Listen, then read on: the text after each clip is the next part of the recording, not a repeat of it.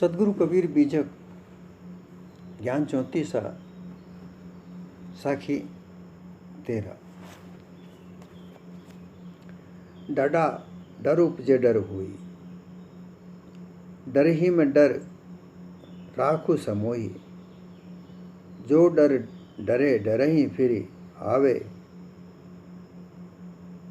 डर ही में फिर डर ही समावे। सदगुरु कबीर बीजक की ये साखी ज्ञान 34 साखी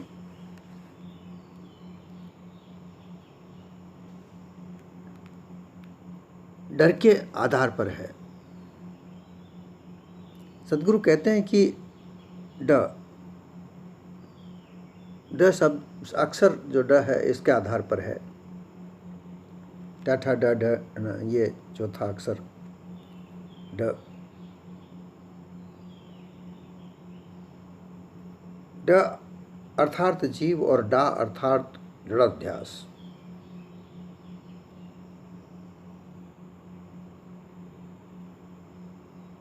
जीव जड़ाध्यास के कारण ही डर अर्थात भय उत्पन्न होने का स्थान स्थूल देह तुम्हारी सत्ता से पैदा हुई है। अर्थात ये मानव देह जो प्राप्त हुई है इसमें ही डर है और इसमें ही निडरता है, इसी में डर है। ये जड़ाध्यास की वजह से डर उत्पन्न होता है।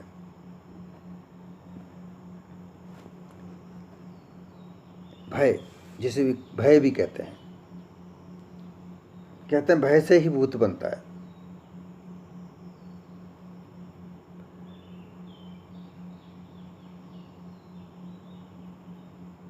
जो 6 पशुआ कर्म बताए गए उनमें भय भी एक कर्म है। ये देह का कर्म है। भय करना ये देह का कर्म है। इस भय से ग्रसित होकर व्यक्ति मानव विभिन्न प्रकार की मान्यताएं बनाता है। विभिन्न प्रकार की उन बनी बनाई हजारों साल की मान्यताएं जिनको पूर्वाग्रह कहते हैं उन पर वो चलने पर विवश होता है भय के कारण।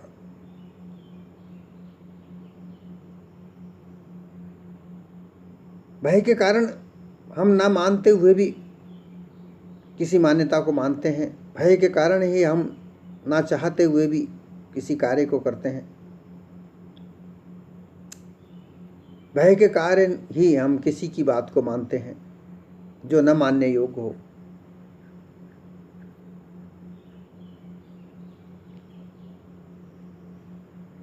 संकोच जिसे कहते हैं ये भी भय का कारण है।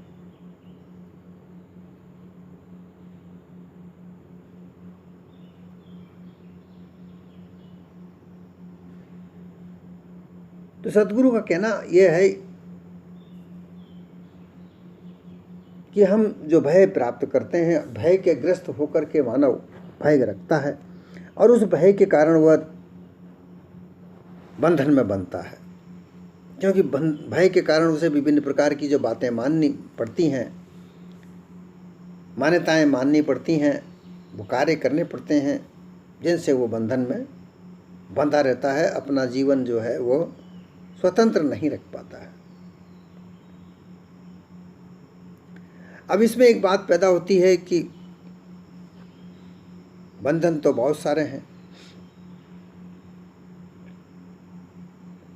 मर्यादा और बंधन में अंतर है।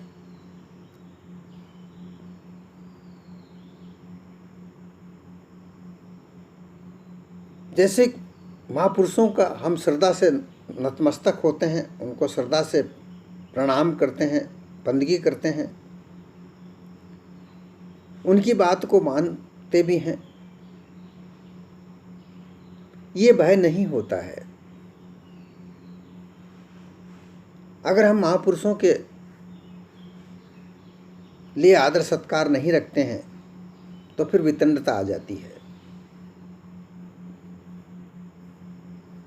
हमारे मन में चाहे उनकी बात के प्रति आदर ना हो, बहुत से महापुरुष ऐसे होते हैं जो जानबूझकर परीक्षा लेने के लिए भी कुछ बात ऐसी कहते हैं जो मानने के लायक ना हो, परंतु वे देखना चाहते हैं कि सदाचारी है या नहीं। इसलिए महापुरुषों के व्यवहार को, असाधारण व्यवहार को आदर सत्कार से लेना चाहिए, और अगर उनके आदर सत्कार में हम कमी रखते हैं तो वितंडता कहलाती है।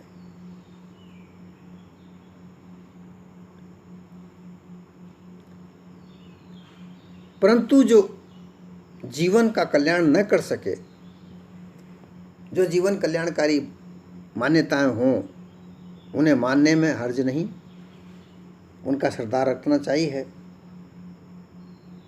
और जो जीवन कल्याणकारी मर्यादाएं नहीं हैं, उन्हें नहीं मानना चाहिए। उनके मानने के प्रति कभी संकोच नहीं रखना चाहिए।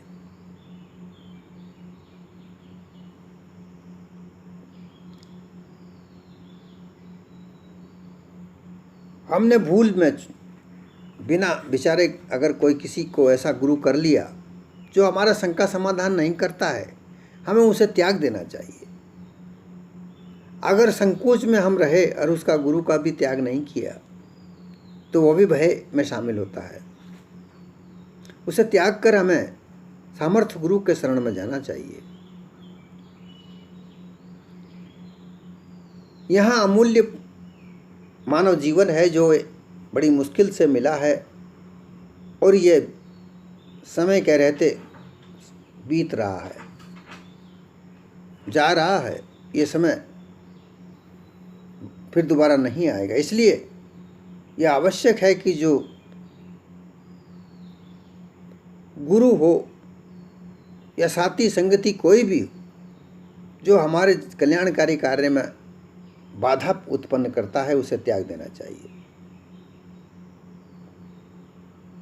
सदगुरु कबीर ने भी एक जगह कहा है, मात पिता गुरुदेव पूजनीय सन्मानीय, परोपकार में बाधा डाले तो तुरंत इनको त्यागिए। जहाँ भय का वातावरण हो, जहाँ भय बनाने वाली बात हो, उपजाने वाली स्थिति हो, उसे त्याग देना चाहिए। क्योंकि जहाँ भयभीत होकर रहना पड़े, जहाँ भय के आश्रय में रहना पड़े, तो भय उत्पन्न होगा ही।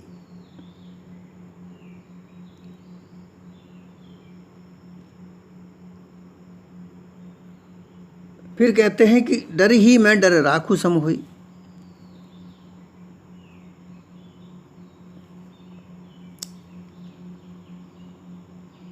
ये जो डर उत्पन्न होता है, ये जड़ाध्यास से उत्पन्न होता है।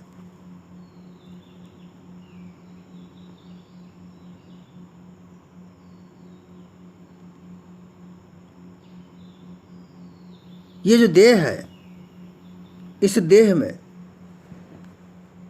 इंद्रियां हैं, ये विभिन्न प्रकार के शब्दों को सुनता है कान के द्वारा, विभिन्न प्रकार के दृश्यों को आँख नेत्रों के द्वारा देखता है, नाक के द्वारा गंध सुगंध को सुनता है,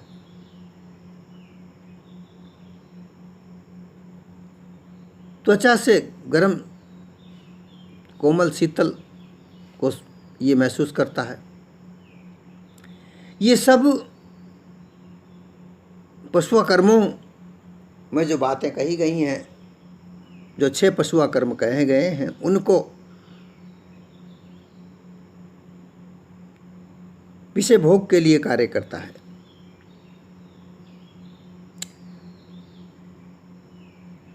तो ये डर भी एक कल्पना से निर्मित की हुई वस्तु है, और इस डर के नाम से ही डर उत्पन्न होता है, और उस डर में ही हम समाये हुए रहते हैं। डर ही से डर राखु समोई, उस डर के वातावरण को जानकर जो पूर्वाग्रह हमारे हजारों सालों से भय जो उत्पन्न किया जा चुका है, उसमें हम बंधे पड़े हैं, उसमें उस डर के साये में हम जीते हैं। डर काय का है? ईश्वर, ब्रह्म, अल्लाह, खुदा, देवी देवता, भूत प्रेत, भ्रम, कल्पना, ये सब डर उत्पन्न होने की वस्तुएं हैं। ईश्वर का भय कि संसार ईश्वर ने रचाया है, वही दुख सुख को देने वाला है, उसकी आराधना प्रार्थना करो, उसकी भक्ति करो, वो जिस पर प्रसन्न होगा वही सुख देगा। सुख दुख उसी के हाथ में है। और उसके भय से उसकी आराधना प्रार्थना करते हैं, न चाहते हुए भी करते हैं, न मानते हुए भी करते हैं। भूत प्रेत अमुक जगह पर, विभिन्न प्रकार की जगहें होती हैं जहाँ पर ऐसा भय व्याप्त होता है कि यहाँ भूत प्रेतों का वासा है। देवी देवताओं के स्थान पर यहाँ ऐसा नहीं होगा तो वैसा हो जाएगा। तीर्थों में सबकी अपनी अपनी मान्यताएं बनाकर उनका भय संसार में व्याप्त है, और उस भय के आधार पर ही मानव का जीवन बंधन युक्त है।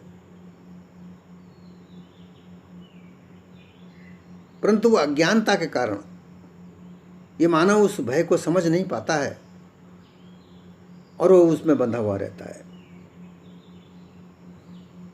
वो बंध कर वेद, पुराण, कुरान, इंजिल, फुरकान, विभिन्न प्रकार के ग्रंथों को पढ़ता है। फिर तंत्र, मंत्र, यंत्र, देवी देवताओं की पूजा याचना, सिद्धियां प्राप्त करने के प्रयत्न वो करता है।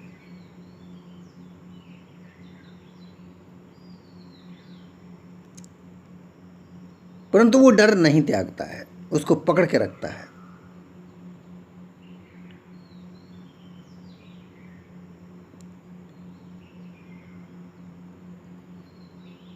विभिन्न प्रकार की भयभीत वाणियां, ज्ञान तीन प्रकार से है, भयानक, रोचक और यथार्थ। तो जो भयानक ज्ञान है वो संसार में गुरुआ प्रपंचियों ने पूरी दृढ़ता से, पूरे जोर शोर से फैला रखा है, और उस भय में बंध कर ये मानव जीवन बंधन में बंधा हुआ पड़ा है।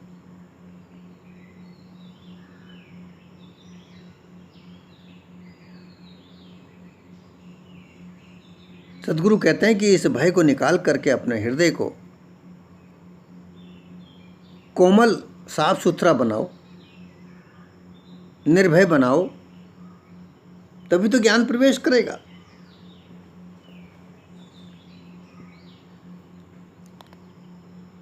किसी भी बर्तन में कोई वस्तु रखने से पहले उस बर्तन को साफ किया जाता है, खाली किया जाता है, तभी तो उस बर्तन में कोई वस्तु रखी जाएगी। अगर हमको घी किसी बर्तन में रखना है तो सर्वप्रथम हम उस बर्तन को साफ करेंगे, खाली करेंगे, तभी तो घी उसमें रख पाएंगे। अन्यथा उस गंदे बर्तन में, जिसमें पहले से ही कोई वस्तु रखी हुई है, हम अगर उसमें घी डालेंगे, रखेंगे, तो घी खराब हो जाएगा।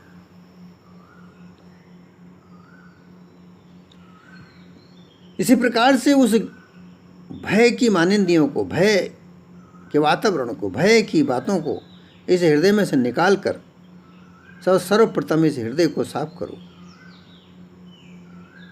निभ्रांत करो, निराश्रित करो, निर्भय करो। तब तुम्हें वो निर्भय वस्तु प्राप्त होगी, निर्भयता प्राप्त होगी। जो डर डरे डरे ही फिर आवे। ये डर एक ऐसी भयानक ज्ञान है कि जितना डरोगे उतना ही डरते ही जाओगे। डर का कोई पारावार नहीं है। एक बार तुम डर गए तो वो डर तुम्हारे हृदय में बैठ जाएगा और फिर तुम उसमें से उबर नहीं पाओगे, निकल नहीं पाओगे। वो बार बार तुम्हें डराता ही रहेगा। ये संसार भय के मारे कर्म कांड में उलझा हुआ है, उपासना में उलझा हुआ है, सिद्धियों को साधने में योग कांड में उलझा हुआ है। मूल कारण इसका स्वार्थ है, क्योंकि ये स्वार्थ के कारण उस बंधनों में बंधा हुआ पड़ा है, भय के में बंधा हुआ पड़ा है। क्योंकि इसे विभिन्न प्रकार के स्वार्थी भोगों को चाहिए होता है। ये उन भोगों में बंधा हुआ होता है जो इसके जीवन में इसके निजी स्वार्थ के लिए है। ये स्वार्थ ही जीवन अपना बना रहा है, परमार्थ के लिए तो ये जीता ही नहीं है। जो भी कार्य करता है अपने निज स्वार्थ के लिए करता है। और जहाँ स्वार्थ है वहाँ भय तो है ही, वहाँ मोह है, और जहाँ मोह है वहाँ भय है।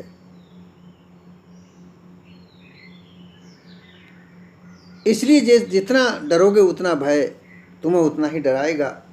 ये तुम्हें कम नहीं होगा। एक भय से डरोगे दूसरा भय आ जाएगा। इस तरीके से हजारों प्रकार के जो भय इस जीवन में बंधे पड़े हैं, उन भयों से, इस भय से सब डरते ही रहते हैं। मानव जीवन इस संसार में ज़्यादा से ज़्यादा लोग डरे हुए पड़े हुए हैं, सहमे हुए पड़े हुए हैं, भयभीत हैं।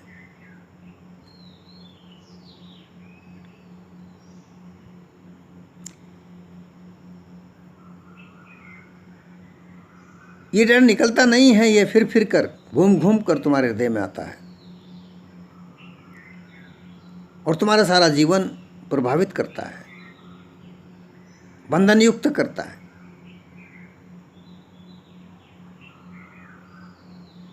इसलिए इसको निकालने की अत्यंत आवश्यकता है, इस भय को त्यागने की आवश्यकता है।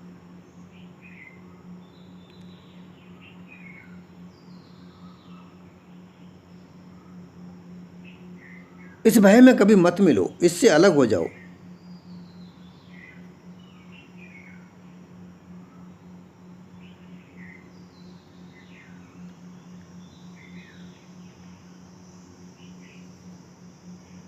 बहुत से लोग कुछ कार्य करना चाहते हैं,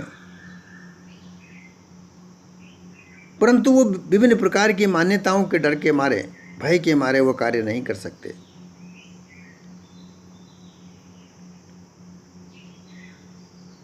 जैसे वर्ण व्यवस्था ब्राह्मणवाद ने फैला रखी है, पूजा पाठ तो ब्राह्मण ही करेगा, मंदिर की पूजा तो ब्राह्मण ही करेगा,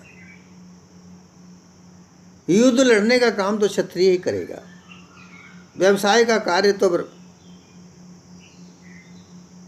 वैश्य ही करेगा, और शूद्र तो सेवा ही करेगा। और शूद्रों में भी फिर 6000 से ज़्यादा जातियां अपना अपना कार्य करेंगी। ये बना करके और फिर उसमें भय पैदा कर दिया कि ये ईश्वर ने बनाया है।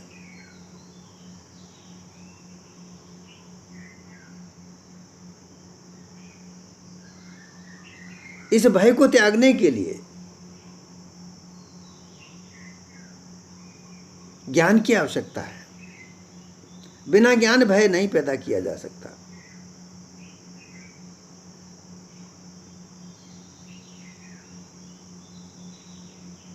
जब ज्ञान होता है तो भय पैदा नहीं होता, अज्ञान से भय पैदा होता है।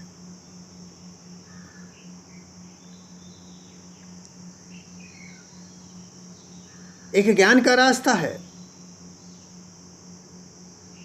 वही भय को नष्ट कर सकता है। ज्ञान की बात अगर हम करें तो ज्ञान MA BA PhD डिग्री नहीं है।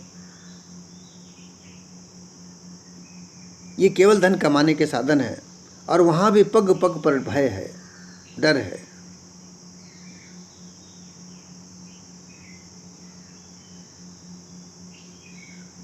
भयानक रोचक ज्ञान को त्याग कर यह सत्य यथार्थ ज्ञान प्राप्त करना होगा। सत्य यथार्थ ज्ञान निर्भय करता है।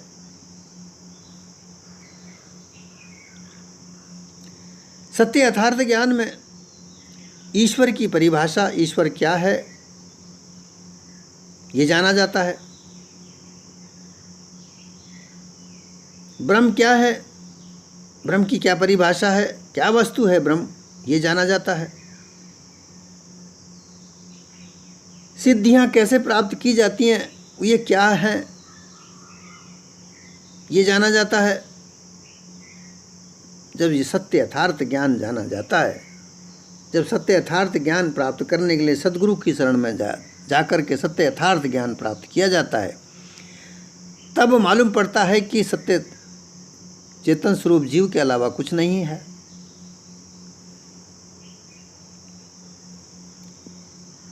ये चेतन स्वरूप जीव ने ही सब कुछ मान्यताएं बनाई हैं।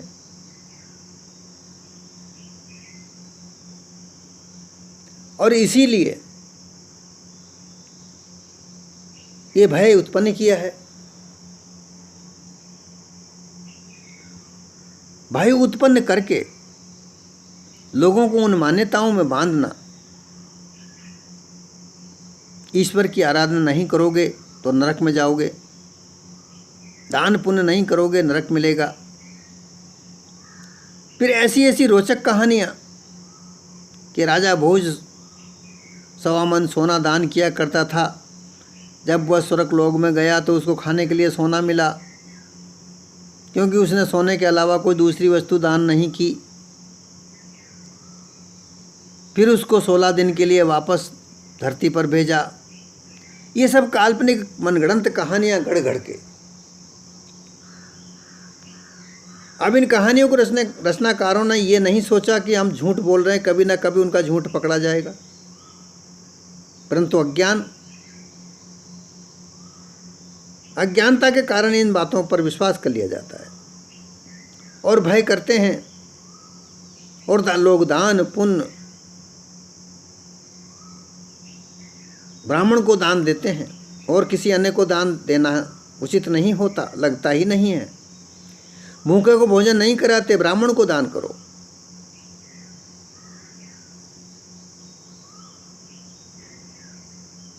जहां दान में अरबों करोड़ों रुपया मंदिरों में जमा होता है जो किसी काम का नहीं है, कोई काम ही नहीं आता है।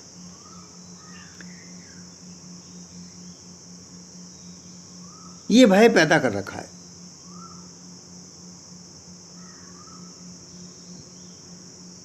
फिर सिद्धियों को प्राप्त करने के लिए विभिन्न प्रकार की मान्यताएं बना रखी हैं।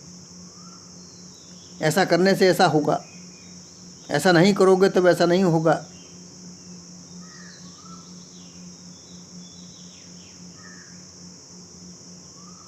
इसी तरीके से हर तरह की बातें जो कल्पना अनुमान से निर्मित की हैं, उनमें ये जीव भय के अंधकार में पड़ा हुआ, अज्ञान के अविद्या के अंधकार में पड़ा हुआ, भय से ग्रसित अपना जीवन जी रहा है।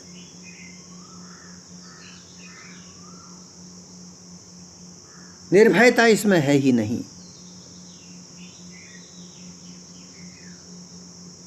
क्योंकि गुरुआ प्रपंचियों ने इसे पग पग पर भय के आधार पर बांध रखा है। गुरुआ प्रपंची ये सोचते हैं, ये विचार कर, उन्होंने पहले ही विचार किया है कि अगर इनको भय नहीं दिखाया जाएगा तो ये हमारी मान्यताओं में नहीं बंधेंगे। सांच को नहीं आँच। जो सच होता है उसको कोई आँच नहीं होती। तो सर्वप्रथम तो ये मानव ऐसा कार्य करे जिसमें किसी प्रकार का कोई धोखा ना हो, छल ना हो, कपट ना हो, हमेशा सच का रास्ता अपनाए, तो उसमें भय कैसा। सत्यमेव जयते, ये जो श्लोक है ये कहता है कि सत्य की हमेशा जीत होती है, परंतु कठिन है, कठिनता इसमें जो अवश्य है।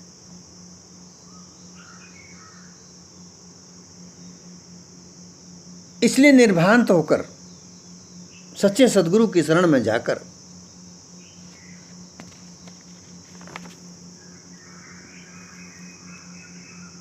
इस भय को समाप्त करो।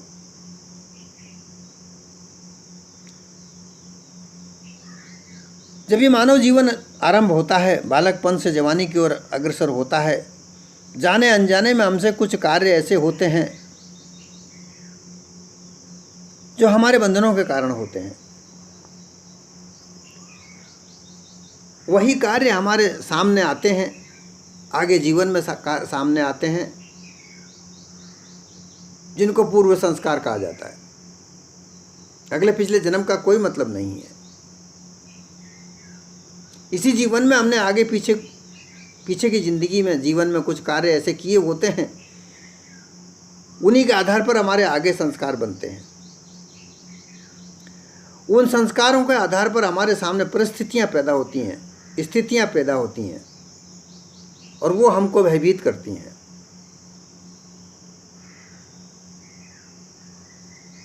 जैसे कभी जाने अनजाने में हमने कहीं चोरी कर ली, फिर दोबारा हमने कभी चोरी नहीं की, लेकिन वह एक चोरी हमको आगे जाकर जिस व्यक्ति के यहाँ चोरी की वह व्यक्ति अनायास मिल जाता है, वो हमको पहचान जाता है और वो हमारे चोरी के कार्य को उजागर करता है। तो उस समय हमारी जो बात सामने आती है,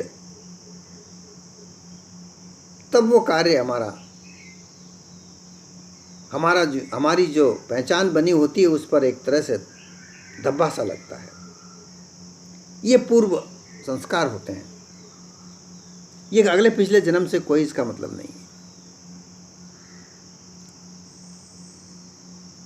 ये संस्कार फिर आगे के शुभ कार्य किए होते हैं, परोपकार किए होते हैं, उनसे कट जाते हैं।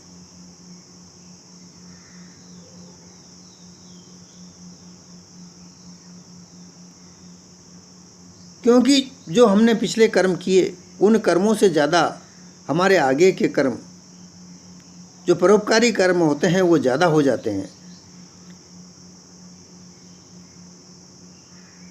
इसलिए पाप कर्मों के पलड़े में पाप रखा जाए और पुण्य के कर्म के पलड़े में पुण्य रखा जाए। अगर पुण्य ज़्यादा हो जाते हैं तो पुण्य का पलड़ा ज़्यादा झुक जाएगा। इसलिए परोपकार कार्य ज़्यादा करना चाहिए। मिथ्या मानंदियों को खोज करके, तलाश करके, जो गुरु प्रपंचियों ने बना रखी हैं,